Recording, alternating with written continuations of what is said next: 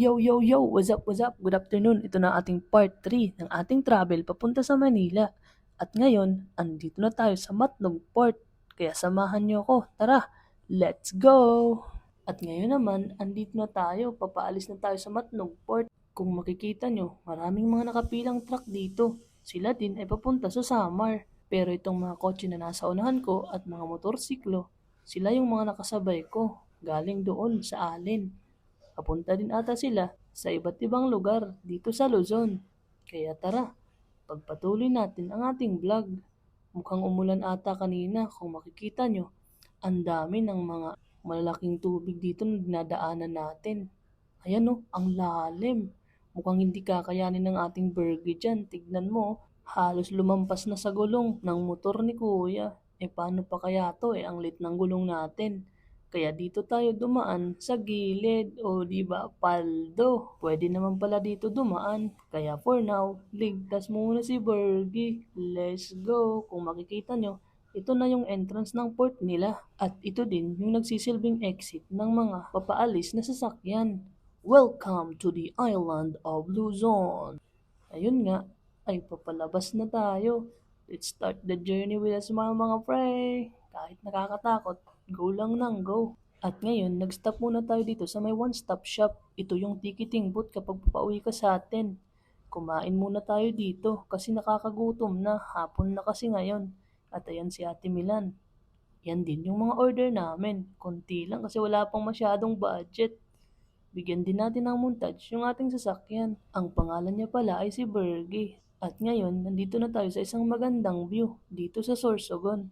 Paborito ko yung view na to kasi ang lawak, tignan nyo. At may matatanaw ka pa na malaking bundok. Ayun oh, hindi ko nga alam kung bundok yan o bulkan. Pero ang taas-taas niya at ang lawak-lawak ng paligid dito, tignan mo oh. Magkabila yan, left and right, napakalawak. Parang mga taniman ng palay. Isa ito sa mga paborito kong lugar kapag pumupunta ako dito sa Sorsogon. Isa pa sa maganda dito ay ang lawak ng daan. Tignan nyo, ilang lanes ba yan? Ang dami-dami, di ba? Left and right, maluwang.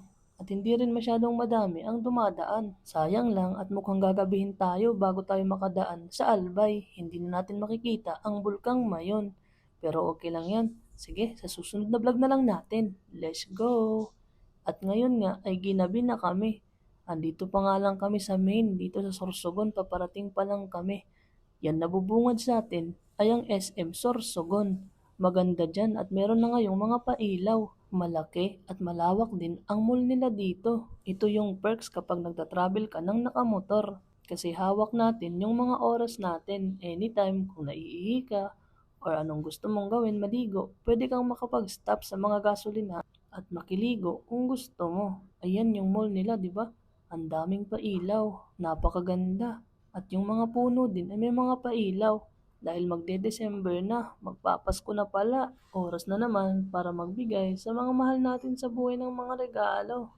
Kayo, may naisip na ba kayo? Kasi ako wala pa. Pero yung inaanak mo, iniisip ka na. At fast forward ay nandito na tayo sa Sorsogon Sports Arena. O di ba ang lawak-lawak, ang laki-laki. At meron pang peryahan sa katabi niya. Sayang nga lang at hindi tayo makakagala dyan dahil iba yung destinasyon natin. Papunta kasi tayo sa Manila at mahaba-habang biyahe pa yon. Hindi tayo pwedeng magtagal dito. Sa susunod na lang kung papala rin tayo at makagala dito. I-feature natin ang Sorsogon Sports Arena. At ngayon malapit na tayo sa entrance niya.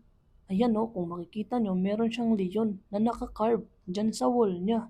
Dalawa yan, kaso yung isa walang ilaw, pero 'di ba ang ganda pa din. Parang bumalik tayo noong unang panahon, ng panahon ng mga Romano. Ang mga gladiator ay naglalaban-laban sa ganitong sports arena. Yan ang live entertainment sa panahon noon. Pero 'di ba ang ganda talaga ng mga istruktura na hango sa mga disenyo nila kahit sa modernong panahon ngayon. At ngayon, andito na tayo sa Legazpi City. Sayang lang hindi natin nakita ang Bulkang Mayon dahil gabi ngayon. Dito kami dumaan sa gilid ng city, hindi kami dumaan sa bypass road dahil gabi ngayon. Pakiramdam ko, mas safe dumaan dito. At ngayon naman ay nandito tayo sa Jollibee dito sa Ligao City. Ito yung city in between Legazpi at Naga City. Stop over muna kami dahil nagutom na si Kuya G. 9:30 na kasi ngayon at walang makita si Kuya G na bukas na Crispy King. Gusto niyang kumain ng manok. Ayan si Kuya G, gutom na gutom na. Let's go na daw, let's go. Pasok na daw tayo. At ayan nga, o di ba, may Halloween team na sila sa gitna. At si Kuya G ay naiinip na. Ayan o, nagkakamot na ng ulo dahil gutom na daw siya. Yo, yo, yo! What's up, what's up? Nandito kami ngayon sa Jollibee, Ligao City. Kung makita nyo, ang ganda dito, di ba?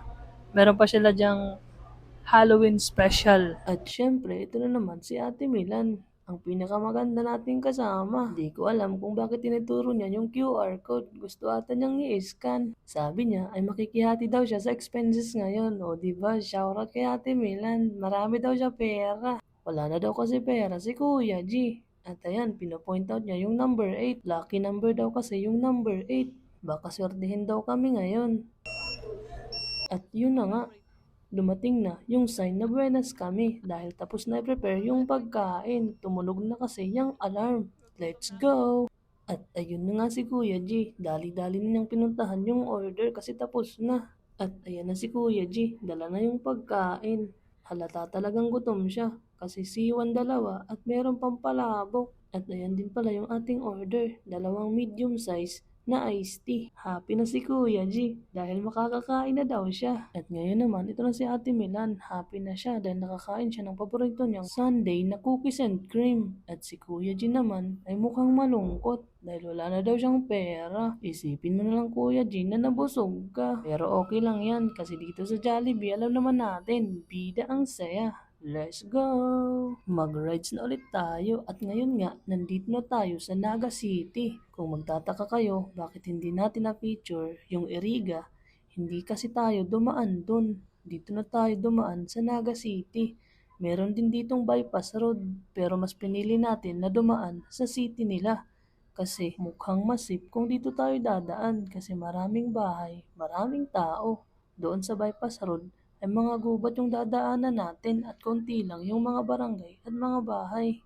O di ba ang ganda ng simbahan dito. Disclaimer nga pala, hindi talaga ako sigurado kung anong lugar to. Kung alam nyo, i-comment nyo na lang sa baba. At ito na nga, malapit na tayo sa Naga. Makikita nyo, meron silang mga cat's eye. Merong cat's eye sa gilid na kulay red at meron ding sa gitna. Pinabidyo ko nga kay Ate Milan kasi ang ganda. Kaya umiiwas nga pala tayo sa mga bypass road dahil wala din tayong installed na mini driving light. Pero kung makikita nyo, medyo okay na din naman yung ilaw ng motor natin. Kung makikita nyo, andito na tayo. Dito sa Naga City.